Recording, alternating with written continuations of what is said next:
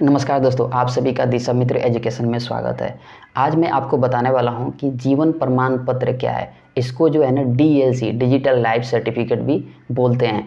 दोस्तों इसको biometric digital enable life certificate भी बोलते हैं, यानी ये डिजिटली प्राप्त किया जा सकता है। तो ये जो जीवन प्रमाण पत्र है डीएलसी डिजिटल लाइफ सर्टिफिकेट, ये दोनों प्रकार के एम्प्लॉय के लिए, एक जो सेंट्रल गवर्नमेंट के एम्प्लॉय हैं या स्टेट गवर्नमेंट के एम्प्लॉय हैं, चाहे प्राइवेट एम्प्लॉय हैं, स्टेट और गवर्नमेंट दोनों, तो ये दोनों के लिए लाइफ सर्टिफिकेट की ज़रूरत पड़ती है। अब चलिए जान लेते हैं कि लाइफ सर्टिफिकेट जो है इसकी आवश्यकता कब होती है।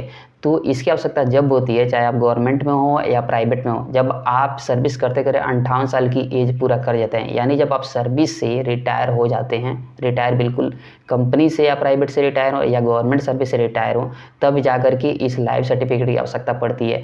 लेकिन इस सर्टिफिकेट की ज़रूरत जब पड़ती है जब आप एक पेंशन स्कीम के मेंबर हैं और आप 10 साल तक पेंशन स्कीम में कंट्रीब्यूशन कर दिए हैं, यानी आपकी कंपनी की है कंट्रीब्यूशन आपके बिहाफ में, चाहे सेंट्रल गवर्नमेंट या स्टेट गवर्नमेंट ने आपकी जो पीएफ स्कीम में है पेंशन के लिए कंट्रीब्यूशन किया हो, तो आप पेंशन निकालने के लिए एलिजिबल हो जाते हैं। जब आप रिटायर्ड हो जाते हैं 58 साल पे और आपकी 10 साल की सर्विस हो जाती है, तो आप पेंशन के लिए एलिजिबल होते हैं। तो ये पेंशन निकालने के लिए लाइफ सर्टिफिकेट की ज़रूरत पड़ती है। तो जो पहले था लाइफ सर्टिफिकेट वो मैनुअली बनता था, लेकिन अब केंद्र सरकार ने इसको क्या कर दिया, डिजिटली कर दिया है। यानी अब आप डिजिटल तौर पे लाइफ सर्टिफिकेट निकाल सकते हैं, आपको इधर उधर भटकने की आवश्यकता नहीं है। निकालने के लिए आप जैसे सीएससी सेंटर भी जा सकते हैं या फिर अपने मोबाइल ऐप से भी निकाल सकते हैं।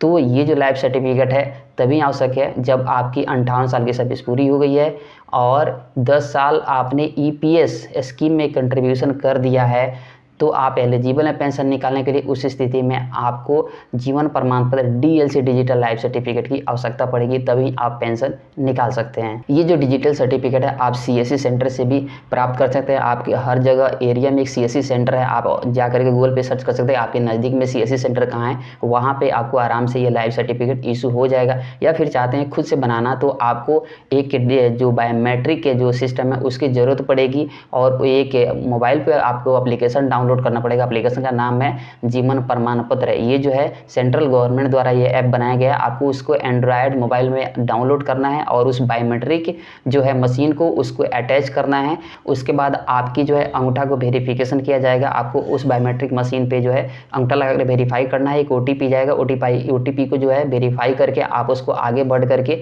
उसमें कुछ आपका जो है पेंशन से रिलेटेड इन्फॉर्मेशन डालना है। उसके बाद आप सर्टिफिकेट को डाउनलोड कर सकते हैं। अब चलिए बताते हैं कि जो डिजिटल लाइफ सर्टिफिकेट है इसको सबमिट कब करना है। तो इसको जो है ना हर साल नवंबर में सबमिट करना होता था, लेकिन अब जो है एक नया रूल आ गया है कि लाइफ सर्टिफिकेट तभी सबमिट करना है जब आपका वो लाइफ सर्टिफिकेट जो पहले आपने दिया है वो एक्सपायर हो रहा हो। तो लाइफ सर्टिफिकेट सबमिट करने के लिए पहले लोग बैंक में जाते थे, जो आपका जो पेंशन डिस्पर्सिंग बैंक है, एजेंसी है, वहाँ पे लाइफ सर्टिफिकेट सबमिट करना होता था।